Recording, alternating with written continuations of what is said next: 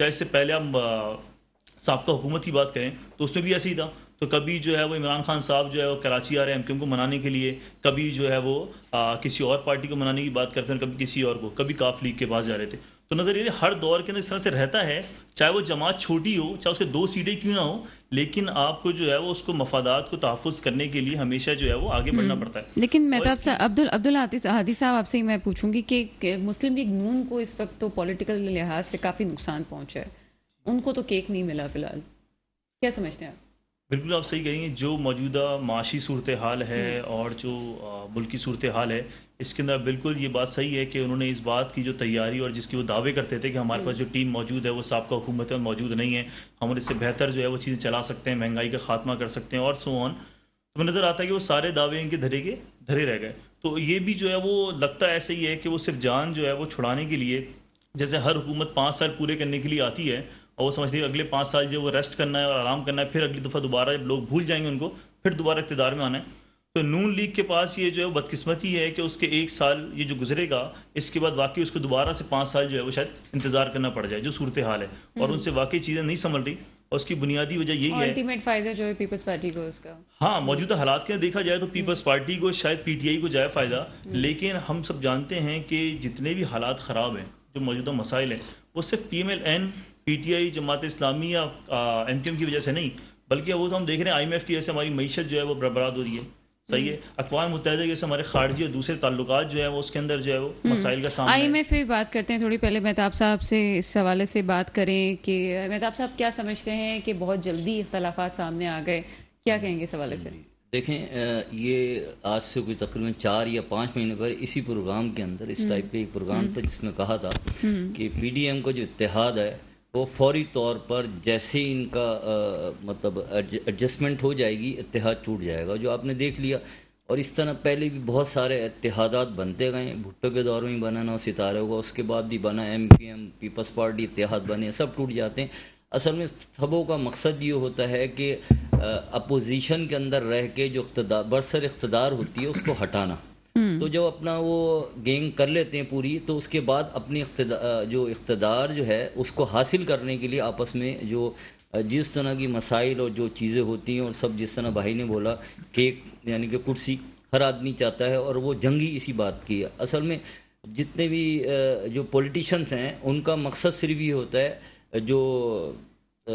کہ ہم کرسی حاصل کریں اور اقتدار کے اندر برسر اقتدار رہیں. اچھا مہتاب صاحب, آپ کو تھوڑا سا انٹرپٹ کروں گی, آپ کا کافی وسیع تجربہ ہے, آپ اس پہ نظر بھی رکھتے ہیں. پاکستان کی تاریخ میں آپ نے دیکھا کہ اتنا زیادہ مضبوط اتحاد, ڈیلیں آپ کہہ لیں, اتحاد بھی لفظ دوسرا ہے, اس طرح سے ڈیلز کر کے پہلی دفعہ آپ کو نہیں لگتا کہ اس ایک گورنمنٹ کو نہیں؟ دیکھیں جی, اس سے بڑا اتحاد آپ کو شاید علم نہیں ہوگا, آپ کی عمر کیا ہے مجھے نہیں پتا. بہرحال 9 ستاروں کا اتحاد تھا پہلے بھٹو کے دور کے اندر, وہ اس سے بڑا اتحاد تھا جس کے اندر جو اپوزیشن والے تھے ایک یعنی کہ ایک جلسے میں ان کے 25 لاکھ آدمی ہوتے تھے. اتنا بڑا اتحاد تھا, اور دنیا جانتی ہے, جن لوگوں کو پتہ ہے اس سمجھ جن کے اندر مطلب عمر تھی ان کی, انہوں نے دیکھا یہ اتحاد اتنا بڑا نہیں تھا. یہ ایک خاص اتحاد تھا اور خاص پیریڈ کے لیے تھا, انہوں نے اپنا پیریڈ پورا کر. اچھا, یہ کوئی سمجھ لیں انٹرنیشنل پولیٹکس تھی جس کے اوپر اتحاد بنایا گیا. یہ مطلب یہ انٹرنل نہیں ہے, ہمارا پاکستانی مسئلہ نہیں تھا کہ ہمیں سیٹ چاہیے, ایک انٹرنیشنل پالیسی کے تحت ایک اتحاد بنایا گیا. سر یہ پکی بات ہے کہ انٹرنیشنل مسئلے تھے, یہ بالکل انٹرنیشنل مسئلے, ہمارا کوئی انٹرنل مسئلہ نہیں تھا. ہمارا انٹرنل مسئلہ صرف ایک دیکھیں اتحاد, جو ہماری جو سیٹنگ ہوتی ہے, یعنی کہ سیٹنگ سے مراد اقتدار کے اندر ان کو پتہ ہے آج میں نہیں ہوں کل آ جاؤں گا, کل میں نہیں ہوں یہ آ جائیں گے. یہ تو ایک ہم دیکھ رہے ہیں, شروع سے دیکھ رہے ہیں کہ ایک زمانے سے. جو نیوٹرلز کی کہانی کہی جاتی ہے, آپ کو نہیں لگتا کہ ان کے ساتھ کوئی مسئلہ تھا؟ ان کے جن کو خان صاحب نیوٹرل کہتے ہیں, آپ کو نہیں لگتا کہ ان کے ساتھ کوئی مسئلہ تھا؟ دیکھیں میں ایک چیز آپ کو کہوں گا, ایک چیز بتاؤں. دیکھیں پاکستانی فوج کا کردار جو ہے وہ پاکستان کی سیاست کے اندر ہمیشہ رہا ہے اور رہے گا. یہ اگر ہم یہ کہتے ہیں جی فوج کو الگ کر دیں اور پولیٹکس الگ کر دیں, ایسا پاسبل نہیں ہے. دیکھیں اگر آپ امریکہ کی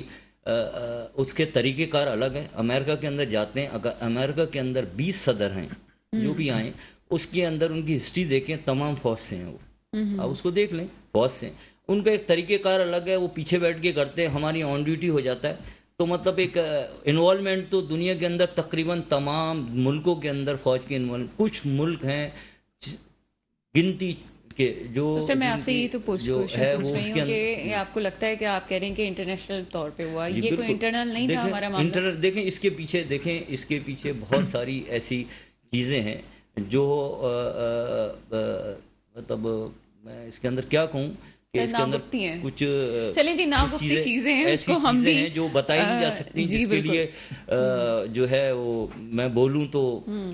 مطلب آپ سمجھتی ہیں بات کو، جو ہماری آج کل کی سیاست چل رہی ہے کہ جو کہتے ہیں جو سیاست کا جو دور چل رہا ہے اس کے اندر جان کی امان پاؤں تو کچھ عرض کروں. صحیح. مہتاب احمد چاندی والا صاحب جو ہے وہ جان کی امان چاہوں تو کچھ عرض کروں کی بات کریں گے، لیکن ہم یہ چاہیں گے کہ ہم بھی اپنی جان کی امان پائیں اور یہیں پہ اس گفتگو کو ختم کریں. لیکن ایک بریک ہے، بریک کے بعد مزید موضوعات کو بھی ڈسکس کرتے ہیں.